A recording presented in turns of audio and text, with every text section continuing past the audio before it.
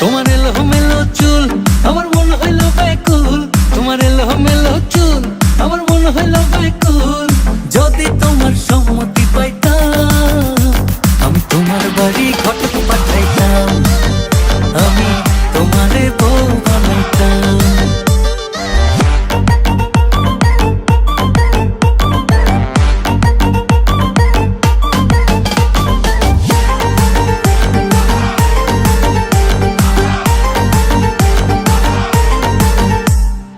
আসা যাওয়া পারাপারে লাগছে তোমায় ভালো, দেখতে দারুণ রূপবতী আঁখি দুটি কালো।